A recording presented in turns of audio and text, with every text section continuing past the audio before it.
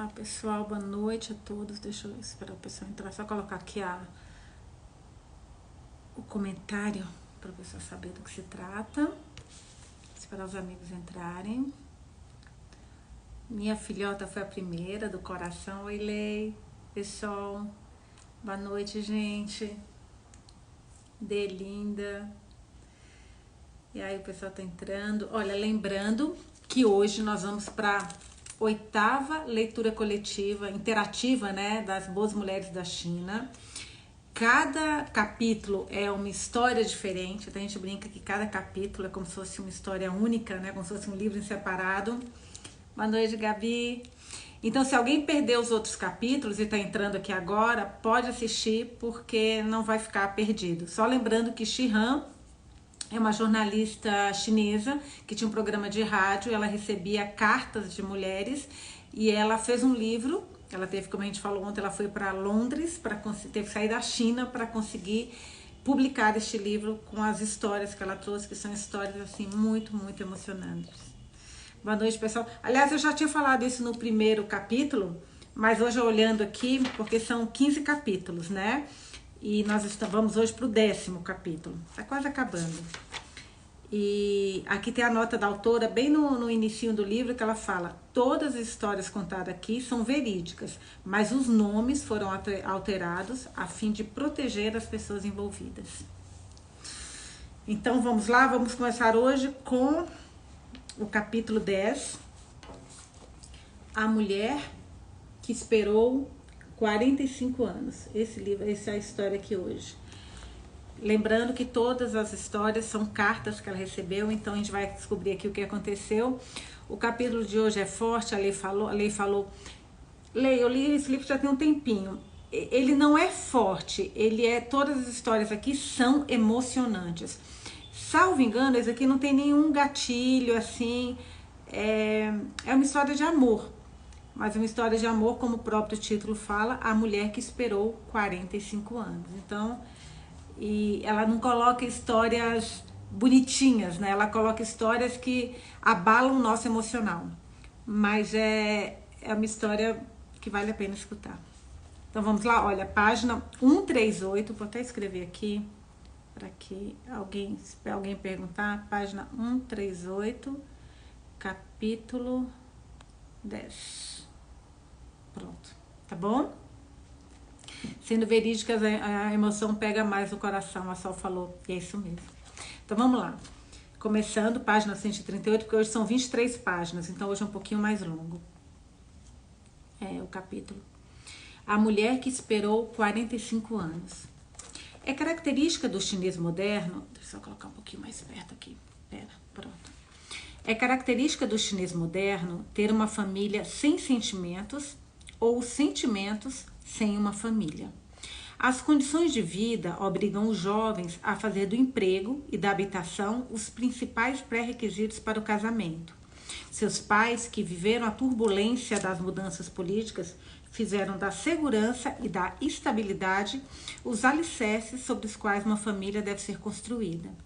Para ambas as gerações, as providências práticas sempre vieram em primeiro lugar, e qualquer sentimento familiar que pudesse existir desenvolveu-se posteriormente. O que muitas mulheres buscam e desejam é uma família que se baseie em sentimentos. É por isso que se lê sobre tantos casos de amor trágicos na história da China, romances que não deram flor nem fruto. Em 1994, o meu pai compareceu à celebração do 83º aniversário da Universidade de Tsinghua, uma das melhores da China. Na volta, contou do reencontro de um casal de ex-colegas da turma, Xingyi e Guda, que tinham sido apaixonados um pelo outro quando eram estudantes.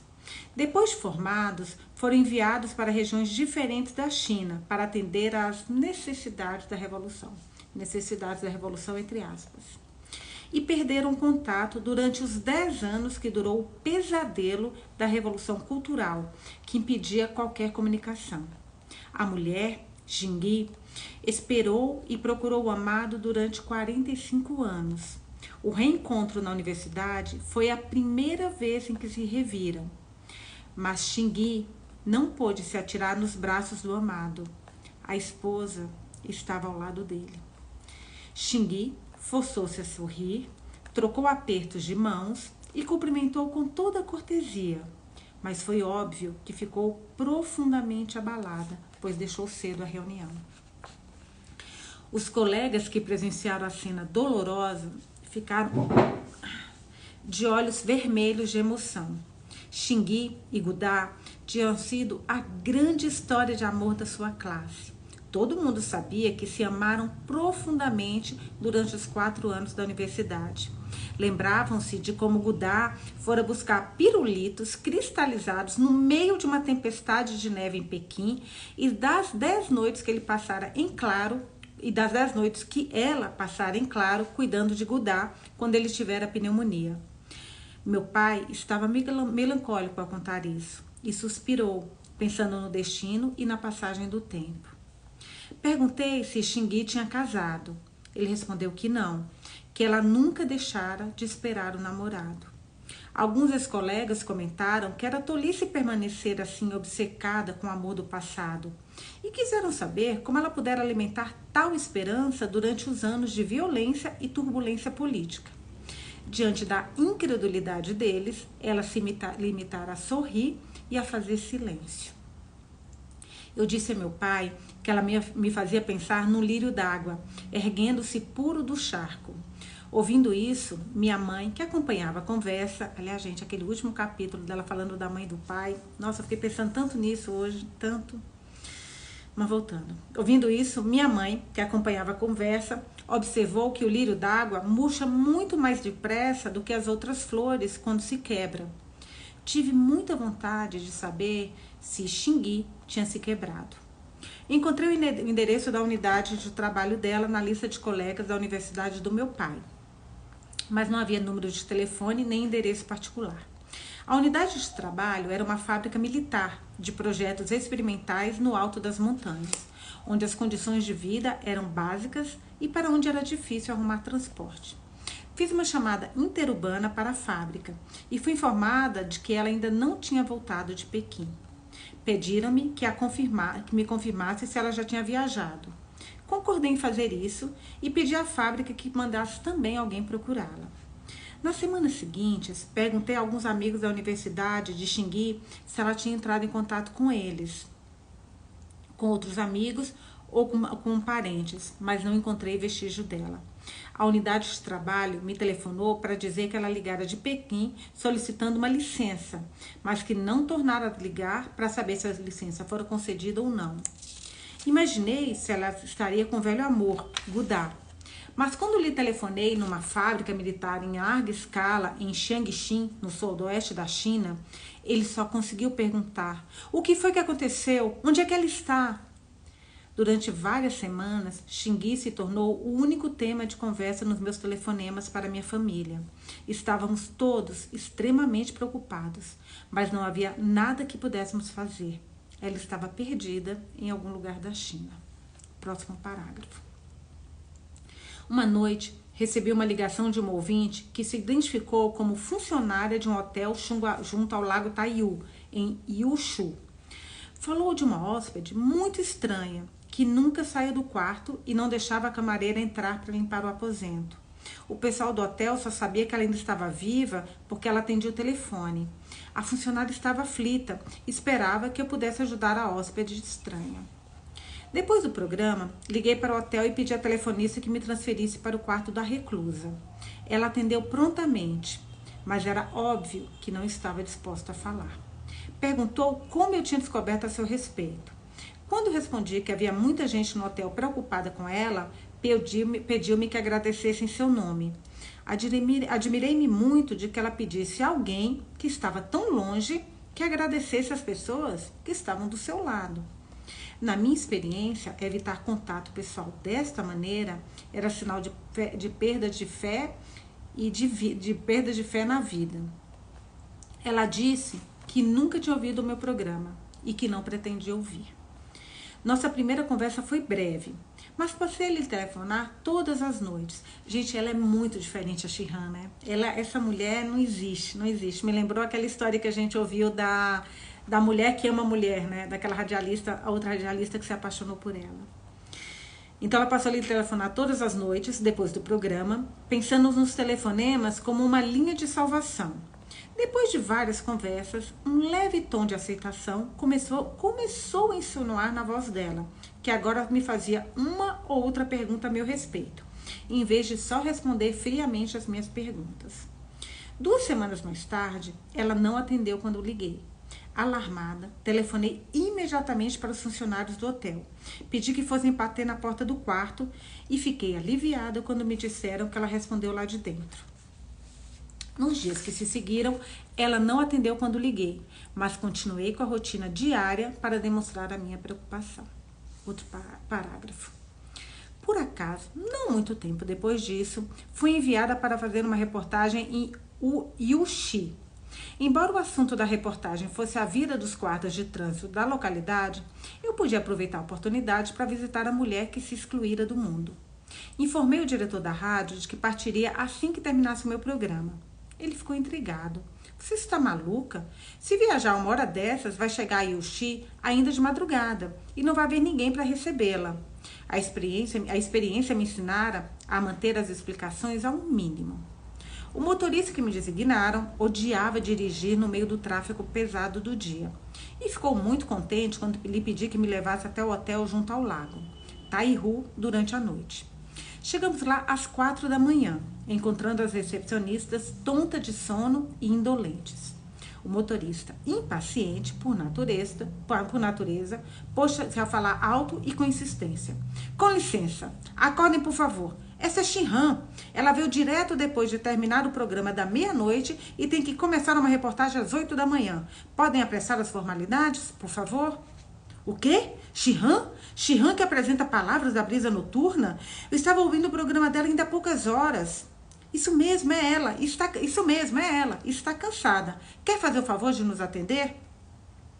Você é mesmo Shihan? Sim. Eu vi a sua foto no jornal. Que maravilha conhecê-la pessoalmente. Ai, vou chamar os meus colegas, disse a recepcionista, fazendo menção de sair correndo. Não se preocupe, disse eu, detendo-a. Eu vou passar alguns dias aqui. Não perturbe o sono dos seus colegas. E eu estou mesmo muito cansada. Ah, desculpe. Vou já abrir um quarto com vista para o lago. E virando-se para o motorista, você terá o mesmo tratamento. Não se preocupe, não será ignorado. Obrigada por não ter se ofendido, disse ele. Não tem importância, você tem a língua afiada, mas o seu coração é mole.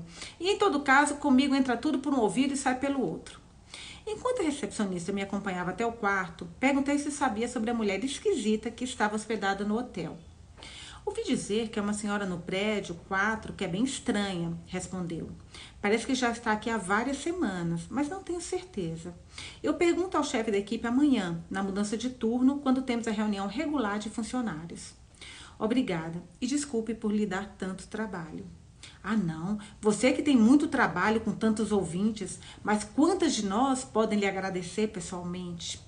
Os chineses dizem que é preciso temer a mão dos homens e as palavras das mulheres, mas parece que eu estava lidando com o lado mais delicado da língua daquela mulher. No quarto, resolvi não dormir imediatamente, mas tomar um banho e planejar as entrevistas do dia seguinte. Tinha acabado de me despir quando o telefone tocou. Alô? É Shihan? Eu sou a telefonista de plantão. A recepcionista do prédio central me disse que você acabou de chegar. Desculpe incomodar, mas eu soube que você quis informações sobre uma hóspede. Ela me telefonou hoje, pouco depois do fim do seu programa, para saber se eu tinha ouvido. Eu disse que sim e perguntei se ela precisava de alguma coisa, mas ela desligou. Eu posso ver o quarto dela daqui. Estou no turno da noite nesta semana e vejo que ela passa a noite toda sentada à janela, olhando para o lago. Talvez ela durma durante o dia. Desculpe, posso perguntar um instante? Você está vendo a hóspede agora? Ela continua olhando para o lago? Eu estou olhando. Sim, ela está lá. Dá para vê-la nitidamente. Parece que ela nunca fecha as cortinas. Muito obrigada. Qual o número do quarto dela? Ela está no quarto 4209, segundo andar do prédio 4. Obrigada, telefonista. Posso fazer alguma coisa por você? Não, nada. Bom, você me daria o seu autógrafo? Claro. Talvez eu tenha tempo de visitá-la amanhã, está bem? É mesmo? Seria ótimo. Até logo. Até logo. Enquanto falava, eu me vestia de novo, tendo decidido ver a hóspede imediatamente, pois o tempo era precioso. Parada, diante da porta do quarto dela, de repente, hesitei alguns minutos, mas bati e chamei. Olá, eu sou Shihan, eu vim visitá-la. Abre a porta, por favor. Não houve resposta, e a porta permaneceu firmemente fechada. Não tornei a bater, nem a falar, mas continuei ali, certa de que ela me ouvira no silêncio do amanhecer. Tinha certeza de que ela estava logo atrás da porta e que sentíamos a presença uma da outra. Uns 10 minutos depois, ouvi a voz dela. Shihan, você ainda está aí? Estou esperando que você abra. Respondi baixo, mas com firmeza. Nossa, que mulher decidida, hein, gente? Meu Deus do céu. A porta se abriu devagar e uma mulher de ar exausto e ansioso me fez sinal para entrar. O quarto estava limpo e arrumado, e o único indício que estava ocupado era uma mala grande junto da parede. Fiquei aliviada de ver uns pacotes de macarrão instantâneo. Pelo menos ela não estava jejuando. Sentei perto dela, mas permaneci em silêncio, pensando que qualquer coisa que eu dissesse só toparia com a resistência. Ia esperar que ela falasse. Nossa, fico imaginando eu nunca escrevi pra isso, gente, mas nunca. Imagina eu calado do lado de alguém, eu já ia começar a fazer um monte de pergunta. Mas essa sensibilidade da Shihan é única, né? Voltando à leitura. Ia esperar que ela falasse. Mas até que ela estivesse pronta a fazer isso, eu tentaria criar uma atmosfera de confiança. Ficamos ali sentadas, ouvindo o leve barulho da água e me pus a devanear sobre o lago e seus arredores. Taihu é o terceiro maior lago de água doce da China e fica ao sul da província de Jiangsu e ao norte da província de Zhejiang. É um lugar famoso pela beleza no delta do Yangtze. Ao seu redor, há jardins bem cuidados, com muitas lagoas e riachos. Taihu também é conhecida pelo chá da fonte de Bilu. Diz a lenda que uma bela garota chamada Bilu regou um arbusto com o próprio sangue e com suas folhas tenras fez um chá para o amado que estava perigosamente doente. Fez isso dia após dia, até que o jovem recuperou a saúde. Mas então foi Bilu que adoeceu e morreu. Pensei nisso e em outras histórias de amor trágicas, ouvindo um barulho suave e sentada em silêncio ao lado da mulher. Embora as lâmpadas ainda estivessem acesas, já não se distinguia a claridade delas ao raiar do dia. A luz do amanhecer havia gradualmente introduzido um novo aspecto no nosso silêncio. O telefone rompeu a nossa comunhão. A ligação era para mim. Eram 15 para 7 e o motorista tinha que me levar a Yushi para um encontro com o departamento de propaganda da guarda de trânsito às 8h30. Despedi-me da mulher com um aperto de mão, mas limitei-me a dizer: coma um pouco mais, por favor, e descanse um pouco. Outro parágrafo. Na estrada, cada vez que eu falo novo parágrafo, porque assim, dentro de cada história, tem como se fossem capítulozinhos dentro da história. Porque, como eu falei, cada capítulo é quase como se fosse um livro único. Então, tem parágrafos maiores para dar essa, tipo, introdução de um novo capítulo, tá? Só para vocês entenderem que há uma trégua entre um capítulo e outro. Deixa eu só tomar um pouquinho de água, só um pouquinho.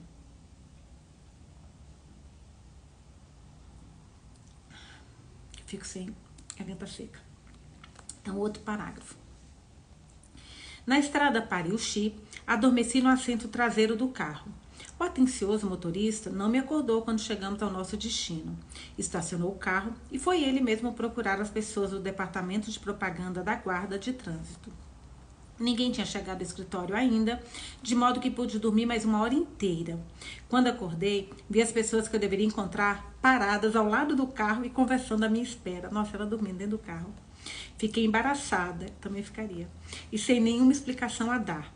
Um dos guardas me provocou: Shihan, se você ir dormir em todo lugar onde for, vai engordar.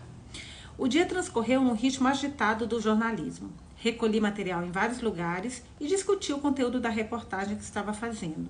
Felizmente, passei um bom tempo dentro do carro e pude tirar várias sonecas. Quando voltei para o hotel à noite, encontrei em cima da minha cama uma lista de todos os empregados que queriam um autógrafo meu. Coloquei-a de lado, tomei um banho e fui visitar a mulher do quarto 4209. É louco, gente, porque se você for pensar, ela é muito famosa. Só que ao mesmo tempo ela é muito simples, ela é muito humilde. Você vê que ela não é estrela. Todo mundo a trata como uma estrela, mas ela não é. Ela, por exemplo, aqui ela tá super preocupada com essa mulher. E ela, para tudo, perdeu a noite de sono para ficar calada do lado dessa mulher, porque ela sentiu que estava precisando. Ainda que ela não quisesse falar, achei que sentar com ela seria de alguma ajuda. Devia estar parada atrás da porta, esperando por mim, pois abriu assim que parei diante da porta. Sorriu com algum esforço, mas manteve-se em silêncio. Mais uma vez, sentamos à janela, olhando para o lago ao luar. A superfície da água estava calma e fizemos companhia uma à outra na paz daquela atmosfera. Ao amanhecer, fiz sinal dando a entender que tinha que ir trabalhar. E ela me apertou a mão, com fraqueza, mas muita emoção. Engraçada essa sensibilidade de não falar em voz alta nem para se despedir, né? Ela tá sentindo que ali não dava para ela falar. A Gabi tá falando, ela é muito acessível. Exatamente, Gabi, ela é muito acessível. A Sol, pé no chão. Exatamente. Ai, minha priminha entrou. Derma Estética, minha prima do coração. Beijo, prima linda, Keilinha. Voltando. Fico tão feliz que os meus parentes entram. Ao amanhecer, fiz sinal dando a entender que tinha que trabalhar. E ela me apertou a mão com fraqueza, mas muita emoção. Voltei para o meu quarto, dei uma olhada rápida em algumas anotações que tinha trazido comigo e escrevi um bilhete de agradecimento ao telefonista. Eu tinha adquirido o hábito de ter sempre comigo cartões para dar autógrafos a ouvintes entusiastas que viessem encontrar por acaso. Assinei alguns deles para os empregados do hotel e deixei-os com as atendentes do meu andar. A minha breve viagem a trabalho assumiu um padrão. Eu fazia as entrevistas em Yuxi durante o dia e passava as noites sentada, em silêncio com a mulher, olhando para o lago Taihu. A cada dia, o nosso silêncio parecia se tornar mais profundo e carregado de emoção. Na última noite, eu disse à mulher que ia embora no dia seguinte, mas que telefonaria. Ela não respondeu nada, mas sorriu abatida e me deu um leve aperto de mão. Deu-me uma foto que tinha sido rasgada ao meio e que parecia dela, tirada quando era estudante, nos anos 40. A garota que se via irradiava juventude e felicidade. No verso da foto havia uma parte de uma frase em tinta desbotada. Água não pode, entre aspas, água não pode, 3 pontinhos. Outra frase em tinta mais forte parecia mais recente. As mulheres são como a água, os homens como as montanhas. Imaginei que a pessoa na metade da foto que faltava era a causa do sofrimento daquela mulher. Deixei o hotel junto ao lago Taihu, mas não tive a sensação de haver partido. Outro parágrafo.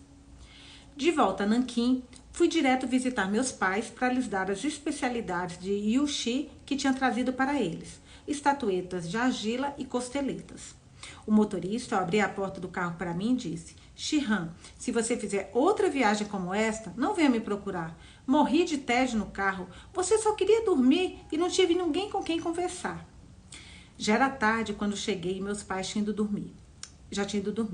Resolvi me enfiar no quarto de hóspedes e deixar para vê-los de manhã. Do outro quarto, minha mãe perguntou: correu tudo bem? E os sonoros roncos do meu pai me informaram que, com eles, estava tudo bem.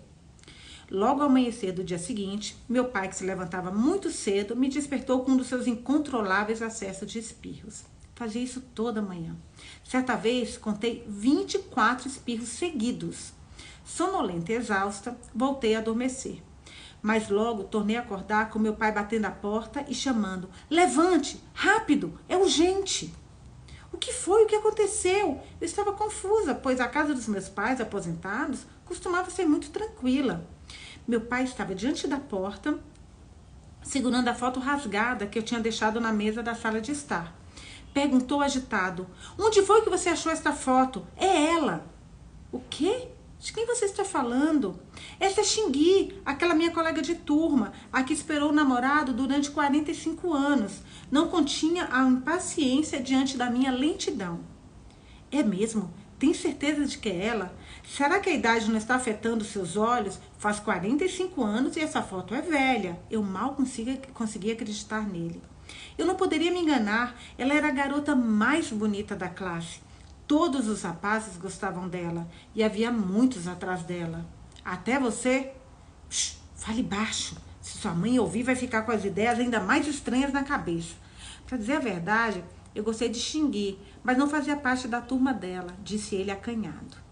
Não fazia parte da turma dela. Impossível, você está sempre se gabando do sucesso que fazia quando era moço, provoquei, já preparando as malas de novo. Por que você vai embora tão cedo? Perguntou meu pai. Vou voltar para Yuxi agora mesmo. Fiz tanto esforço para encontrar Xingui e agora encontrei por acaso. Se eu soubesse disso, não teria acordado você, replicou meu pai pesaroso. Um dos diretores da emissora morava perto dos meus pais. Corri à casa dele e pedi uma licença de emergência. Menti que tínhamos uma parente de visita e que eu precisava de alguns dias para mostrar a cidade a ela. Odeio mentir porque acredito que a mentira encurta a vida, mas estava com mais medo ainda de que o diretor soubesse a verdade. Depois de obter a permissão, liguei para a apresentadora, substituta do meu programa, e pedi que continuasse me substituindo por mais alguns dias. Perdi o trem do meio-dia para Yuxi e tive que esperar pelo da noite, com a cabeça girando de perguntas sobre Xingui e ardendo de impaciência. O tempo parecia rastejar. Na hora em que meu programa estava começando, 10 horas ou perto disso, cheguei ao hotel do Lago Taihu. A recepcionista me reconheceu. Ah, você não foi embora então? Não, não fui, respondi sem querer perder tempo com explicações. Diante da porta do quarto 4209, as perguntas que se acumulavam na minha cabeça sumiram de repente e hesitei de novo. Levantei e baixei a mão 2 vezes antes de bater. Xingui, sou eu, Shihan. Eu tinha vontade de chorar. Tinha passado tantas noites sentadas ao lado dela, sem saber de nada. Imaginei-a sentada durante 45 anos e o meu peito se contraiu. Antes que eu pudesse me recompor, a porta se abriu. Ela surgiu atônica e perguntou: você não tinha ido embora? E como você sabe o meu nome? Levei-a para se sentar junto à janela, mas dessa vez não fiquei calada. E repeti o que meu pai me havia contado. Xingui ouviu chorando, sem fazer esforço para enxugar as lágrimas. As perguntas que eu queria fazer me sufocavam, mas só consegui dizer: você está pensando em Gudá? Nisso, ela desmaiou. Fiquei assustada e telefonei para a telefonista pedindo uma ambulância. A telefonista hesitou. Shihan, é de madrugada. As pessoas não distinguem entre o dia e a noite quando estão morrendo. Você suportaria ver uma mulher morrer na sua frente? Perguntei agitada. Está bem, não se preocupe, vou chamar agora mesmo. A telefonista foi muito eficiente. Não passou muito tempo para que eu ouvisse alguém gritando no prédio. Onde está Shihan? Respondi rápido. Estou aqui. O motorista da ambulância, quando me viu, admirou-se. Você é Shihan? Mas não há nada de errado com você. Eu estou ótima. Confusa, imaginei que a telefonista tivesse se valido da minha suposta fama junto ao público para chamar a ambulância. Acompanhei Xingui ao hospital militar. Não deixaram que eu estivesse presente quando a examinavam e só pude olhar por uma janela minúscula na porta. Ela estava lá, deitada, na brancura do quarto. E eu, pensando no pior, fui ficando cada vez mais ansiosa. Não conseguia parar de pedir em lágrimas. Ah, Xingui, acorde. O médico me deu um tapinha no ombro. Não se preocupe, Shihan. Ela está bem, só está fraca. Parece que sofreu um grande desgosto, mas os testes das funções vitais não revelam nada de grave. Isso é muito bom para a idade dela. Com uma dieta mais nutritiva, ela vai ficar ótima. Ouvindo o diagnóstico, comecei a me acalmar, embora ainda sentisse intensamente a angústia de Xingui. Murmurei para o médico. Ela deve ter sofrido muito. Não sei como atravessou mais de 15 mil noites. O médico me deixou descansar na sala do pessoal de plantão. Ainda com a cabeça girando, mas exausta, peguei no sono. Sonhei com mulheres chorando e se debatendo, e acordei sem me sentir descansada. No dia seguinte, fui ver Xingui 4 ou 5 vezes, mas encontrei-a sempre dormindo. O médico disse que ela dormiria por vários dias, porque estava prostrada. Reservei uma cama no dormitório da pensão do hospital. Estava sem dinheiro suficiente para um quarto particular. E, além disso, praticamente não usei a cama. Não querendo que Xingui ficasse sozinha, passava a noite toda ao lado da sua cama e descansava um pouco durante o dia. Ela esteve inconsciente durante vários dias. E um leve tremor nas pálpebras era seu único movimento. Ao anoitecer do 5º dia, finalmente despertou. Pareceu não entender onde se encontrava e começou a se esforçar para falar. Pôs um dedo sobre seus lábios, estendeu a mão para segurar... Pôs um dedo sobre seus lábios e contei-lhe baixinho o que havia acontecido. Ela ouviu, estendeu a mão para segurar as minhas em gratidão e conseguiu proferir as primeiras palavras. O seu pai vai bem? Rompera-se a represa e o relado de Xingui irrompeu sobre a brancura dos travesseiros do hospital. Foi com voz firme que me contou a sua história naquela noite. Mais um parágrafo. Em 1946, Xingui foi aprovada no exame de admissão da Universidade de Qinghua. Logo no primeiro dia da faculdade, viu Gudá, que não se distinguia dos outros pela aparência nem pelas realizações. Naquele dia, em silêncio, ajudava os outros com a bagagem e parecia um carregador da universidade. Xingui e Gudá foram postos na mesma sala, onde muitos rapazes começaram a cortejá-la por causa da sua beleza e meiguice. Diferentemente deles, Gudá costumava sentar sozinho num canto da sala ou ler nos jardins da universidade. Xingui não prestava muita atenção nele, só reparou que ele lia muito. Era uma garota alegre e costumava sugerir atividades de que os colegas gostavam de participar. Num dia claro de inverno, depois de uma nevasca pesada, os estudantes saíram para fazer um boneco de neve. Xingui sugeriu que modelassem 2 bonecos de neve e que usassem pirulitos cristalizados para compor o nariz. Homens e mulheres se dividiram em 2 grupos e cada um deles, de olhos vendados, beijaria os bonecos de neve. Quem tivesse sorte comeria um pirulito, os outros morderiam a neve. Na época, transporte público e bicicletas não eram comuns. O único jeito de encontrar pirulitos cristalizados para a brincadeira seria andar várias horas na neve até o centro de Pequim, então conhecida como Peiping. Os estudantes homens, que normalmente competiam pela atenção de Xingui, não se ofereceram para fazer isso, e vários voltaram de mansinho para o dormitório. Xingui ficou desapontada, mas não insistiu. No dia seguinte, outra nevasca cobriu tudo com uma densa camada de neve, e a maioria dos estudantes passou o dia na sala de aula, lendo. Mais ou menos na metade do período noturno do estudo, um homem coberto de gelo entrou na sala iluminada pela luz fraca das lâmpadas. Aproximou de Xingui e, com algum esforço, tirou do bolso 2 bastões de pirulitos cristalizados, de Peiping, ambos congelados. Antes que alguém conseguisse identificá-lo, o homem coberto de gelo se virou e saiu da sala. Xingui, atônita, tinha reconhecido Gudá. Enquanto os colegas falavam animados sobre bonecos de neve e o jogo no dia seguinte, a jovem olhava os pirulitos cristalizados e a neve caindo lá fora, e imaginava Gudá a caminhar no frio. Gudá não participou da brincadeira no dia seguinte. Seus colegas do dormitório disseram que ele dormia como um morto, como se tivesse tomado uma poção mágica. Xingui ficou preocupada, achou que estivesse doente de exaustão. Mas no período de estudo daquela noite, sentiu-se aliviada por vê-lo chegar e sentar no seu canto para ler, como de costume. Ao terminar de estudar, parou diante dele e agradeceu. Gudá sorriu timidamente e disse: "Não foi nada, eu sou um homem." A resposta simples de Gudá tocou Xingui. Era a primeira vez que sentia a força e a solidez masculinas. Começou a se sentir como a heroína de um livro, e os pensamentos não a deixavam dormir à noite. Passou a observar Gudá com atenção. A natureza taciturna dele lhe provocava todo tipo de conjectura, e ela pensava o tempo todo no seu comportamento. Com exceção do momento em que lhe trouxeram os pirulitos cristalizados, parecia indiferente a ela, num grande contraste com as atitudes dos outros rapazes que a perseguiam. Começou a esperar que ele lhe desse alguma atenção e se pôs a encontrar pretextos para puxar conversa. Ele respondia impassivelmente, sem demonstrar nenhuma atenção especial na fala ou na atitude. Essa reserva, longe de contrariá-la, simplesmente aumentou suas expectativas. A simpatia de Xingui por Gudá exasperava muito dos seus pretendentes. Fazia um pouco do retraimento de Gudá, chamando-o de sapo que sonhava em beijar a princesa e o acusando de brincar com sentimentos de Xingui. Não fazia esses comentários na presença de Xingui, mas uma colega um dia repetiu-os para ela, dizendo que Gudá devia ser mesmo feito de madeira e que só replicava: "As pessoas envolvidas sabem o que é verdadeiro e o que é falso."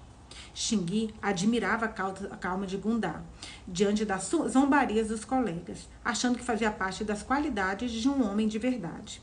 Mas nem por isso deixava de se aborrecer com o fato de Gundá permanecer assim indiferente por tanto tempo.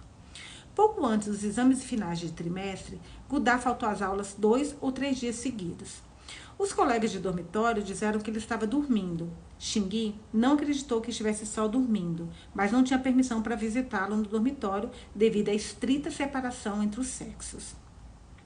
No terceiro dia, porém, deixou sorrateiramente a sala enquanto os outros estavam absortos nos estudos e foi até o dormitório. Abriu a porta devagar e viu Gundá adormecido. Ele estava com o rosto muito vermelho.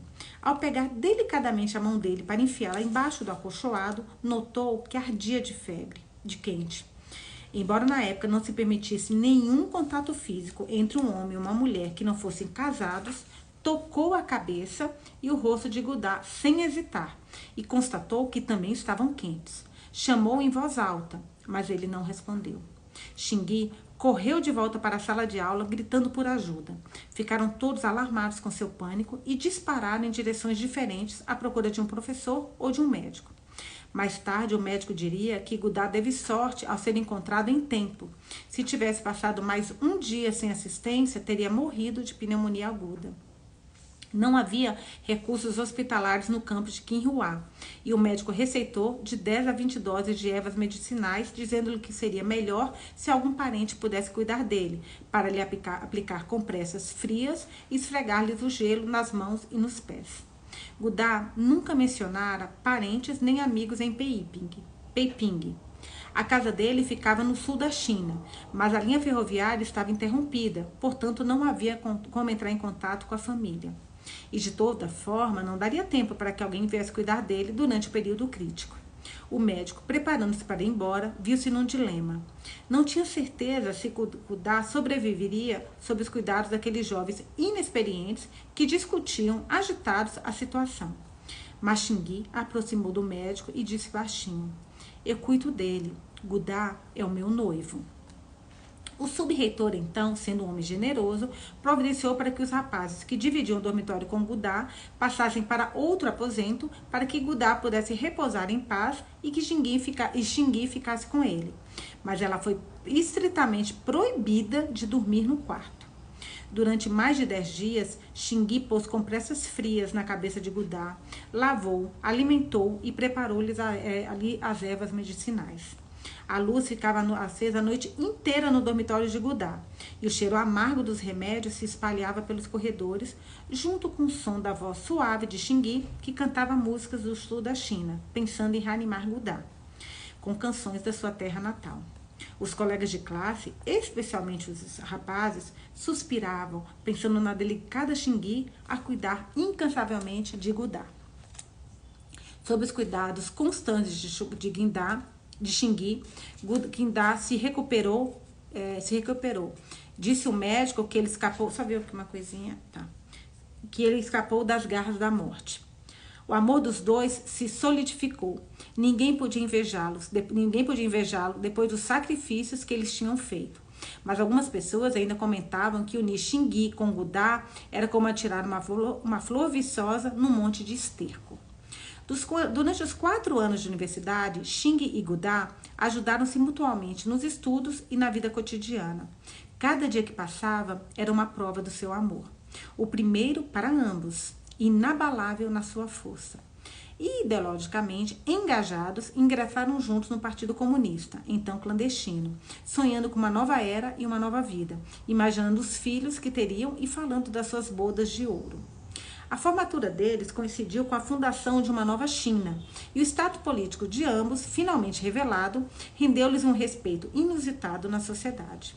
Foram convocados separadamente para entrevistas com o exército. Tinham ambos estudado engenharia mecânica e a nova pátria, ainda na infância, precisava de conhecimento deles para a defesa nacional. Era uma época solene. Tudo tinha um forte sentido de missão e as coisas aconteciam muito depressa. As experiências de Xingui e Gundá na clandestinidade haviam ensinado que o dever os obrigava a aceitar todas as missões e a executá-las até o fim.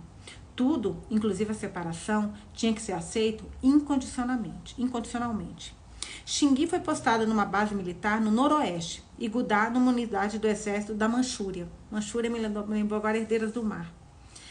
Antes de se separar, combinaram de se reencontrar nos jardins da Universidade de Quinchua, onde contariam suas experiências um ao outro e depois iriam ao centro de Pequim para comer pirulitos cristalizados. Pediriam permissão ao partido para se casar, iriam para a casa de Gudá, junto ao lago Taihu, no sul da China, e ali se instalariam para formar iniciar uma família. O combinado ficou firmemente gravado na mente de Xingui.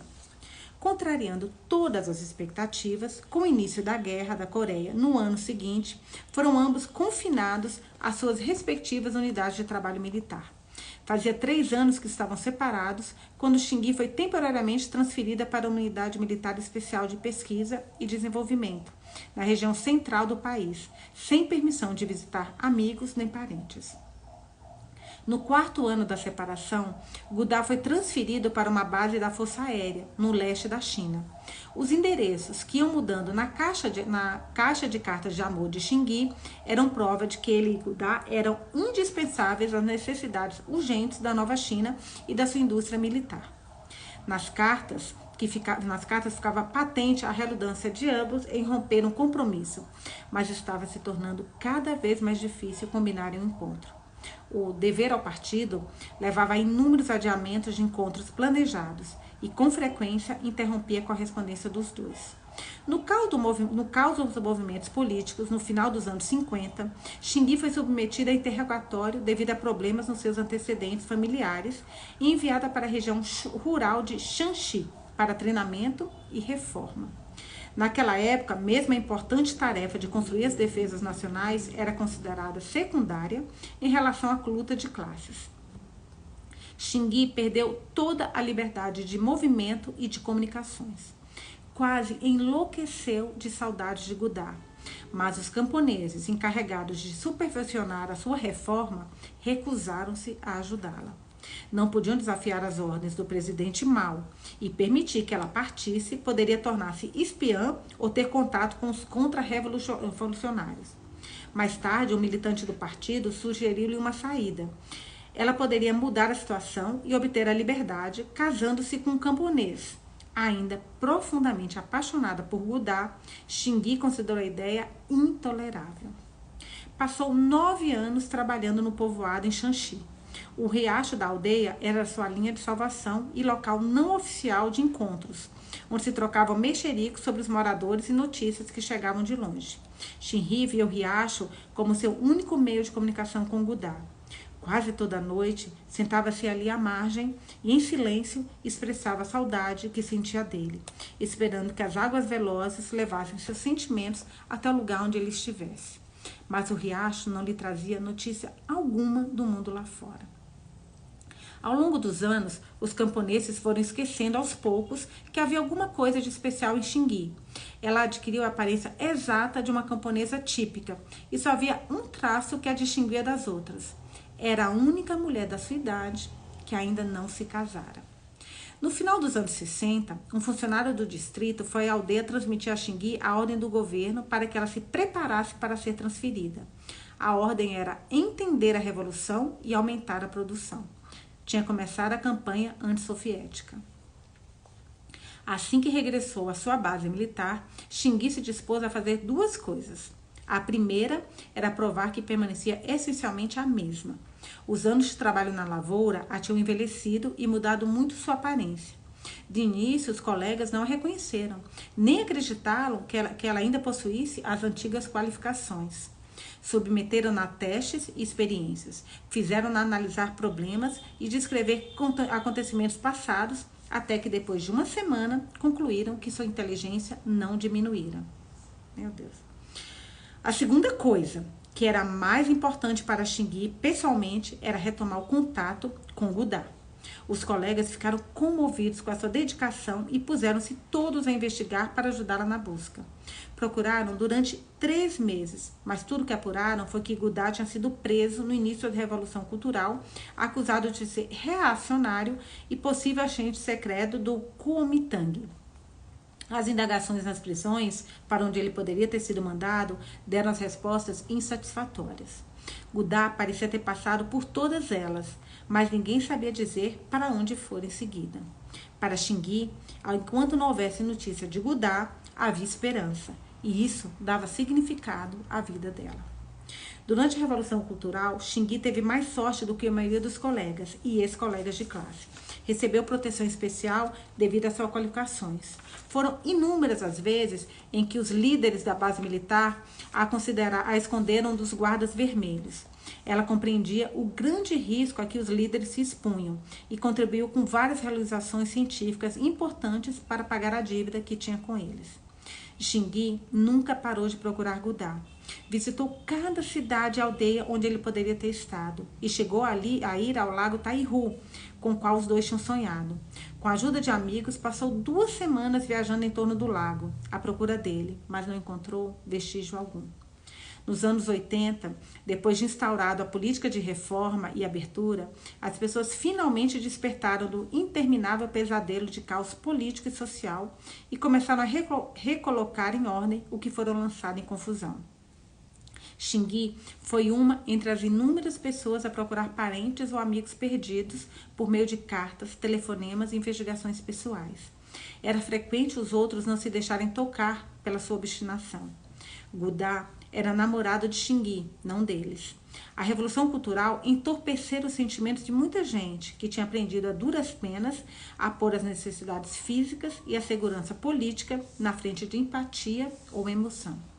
Quando recebeu uma cópia da lista de pessoas que compareceriam à celebração do aniversário de Kim Il-sung em 1994, Xingui procurou ansiosa o nome de Godard, mas não o encontrou.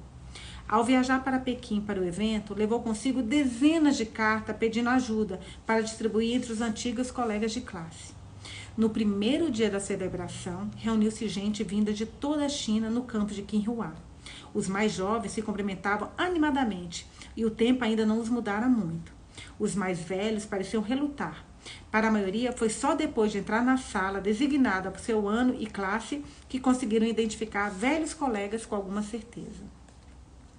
Na confusão inicial, ninguém reconheceu Xingui e também ela não reconheceu ninguém. Uma atendente da universidade a levou até a sala designada para o seu ano e classe. Ao entrar, Xingui viu imediatamente um homem de costas para ela. Um homem que sempre lhe seria familiar, por mais que as privações da vida o tivessem mudado. Godard. Xingui ficou muito emocionada, começou a tremer, o pulso se acelerou e ela se sentiu fraca. A jovem atendente segurou-a pelo braço e perguntou preocupada qual era o problema. Se ela tinha uma doença cardíaca. Incapaz de falar, Xingui indicou um sinal que estava bem, ao mesmo tempo que apontava para Godard. Forçou-se a chegar perto dele, mas a emoção era tanta que mal conseguia se mover. Bem quando ia falar com ele, ouviu dizer: "Esta é a minha mulher, Lin Shen, minha filha mais velha, Niuna, minha segunda filha, Xing Yu-ha, e minha terceira filha, Yu-ha. Sim, acabamos de chegar." Xinxin congelou. Xinguin congelou. Godard se virou bem neste momento e ficou paralisado ao vê-la. Arquejou e a esposa, preocupada, perguntou o que havia de errado. Ele respondeu com voz trêmula: "Esta é Xingui." Xingui? Não pode ser. A esposa a conhecia de nome. Os 3 idosos, comovidos, permaneceram em silêncio por alguns momentos, controlando as próprias emoções. Com lágrimas nos olhos, a esposa finalmente contou que Godard só se casara com ela ao ser informado de que Xingui tinha morrido. Em seguida, fez menção de deixar os dois sozinhos, mas Xingui a reteve. Por favor, não se afaste. O que tivemos ficou no passado, quando éramos jovens. Mas agora, no presente, vocês têm uma família completa. Por favor, não magoe essa família. Saber que Godard é feliz será um consolo muito maior para mim." Não era exatamente isso que ela sentia, mas foi sincera. A filha mais nova, ao saber quem era Xingui, disse: "Os ideogramas iniciais do meu nome e dos nomes das minhas irmãs formam a frase Nian, Xin, Yan, Xing e Yi, em memória de Xingui. Meus pais dizem que é para se lembrarem da senhora. Nossa, que emocionante, né? A Revolução Cultural... Vou tomar uma água só um pouquinho, gente. Essa parte é...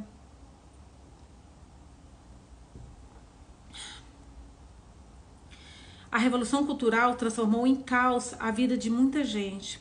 Por favor, procure no seu coração um meio de perdoar os meus pais. Gente, isso a filha dele tá falando. Xingui sentiu-se mais calma e, de repente, encontrou forças para apertar as mãos da mulher de Gundá. Obrigada por se lembrar de mim, disse. Obrigada por haver dado a ele uma família tão feliz. A partir de hoje serei mais feliz porque terei uma preocupação a menos. Vamos juntos para a reunião. Todos aproveitaram a deixa de Xingui e se encaminharam para o auditório.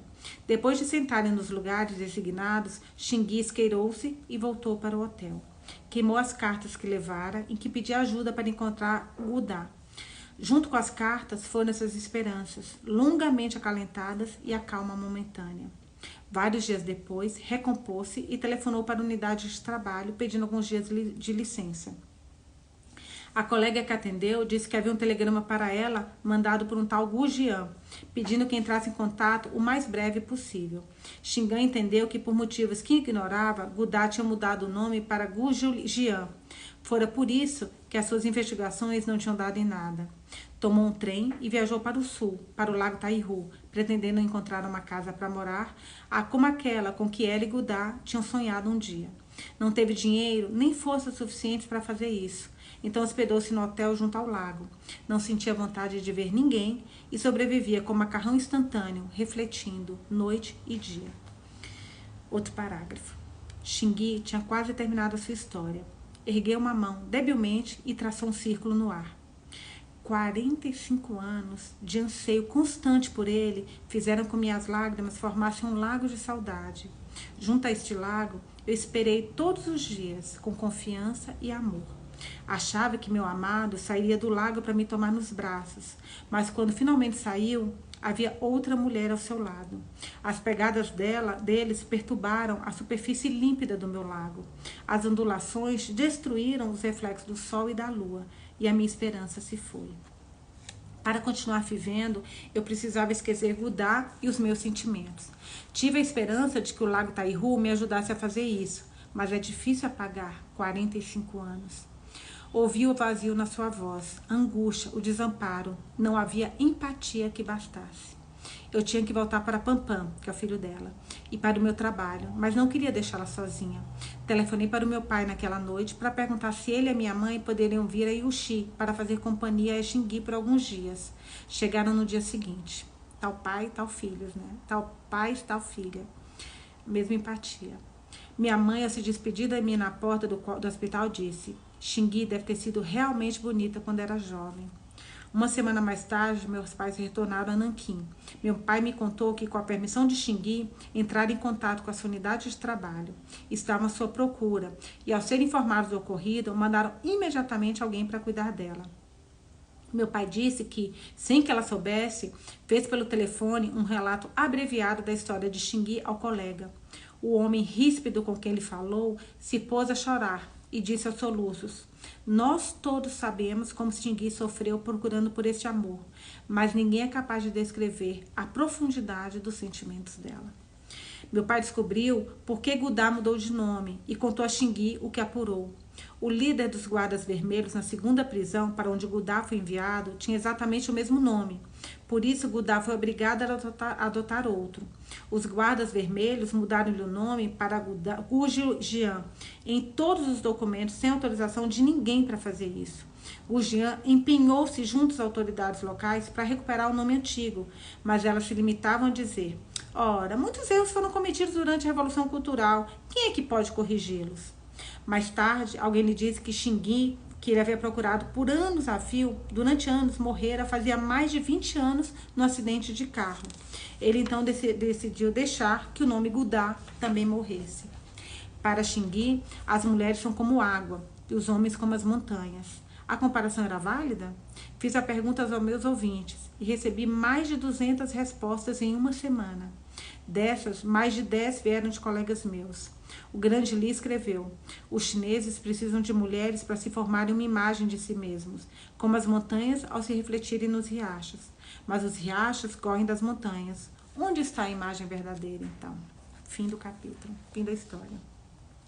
O que vocês acharam, gente? Essa é uma história, como eu falei com vocês, é uma história de amor. Mas todos os livros, todas as histórias que a Shihan traz pra gente nesse livro são histórias muito emocionantes. Muito. Então, sempre com alguma coisa pra gente aprender, né? Só que hoje, a gente não vai conseguir debater, porque já estamos quase na hora, e vocês viram que ontem o debate de Mulheres que Correm com os Lobos, quando passa muito tempo, pode ficar sem som.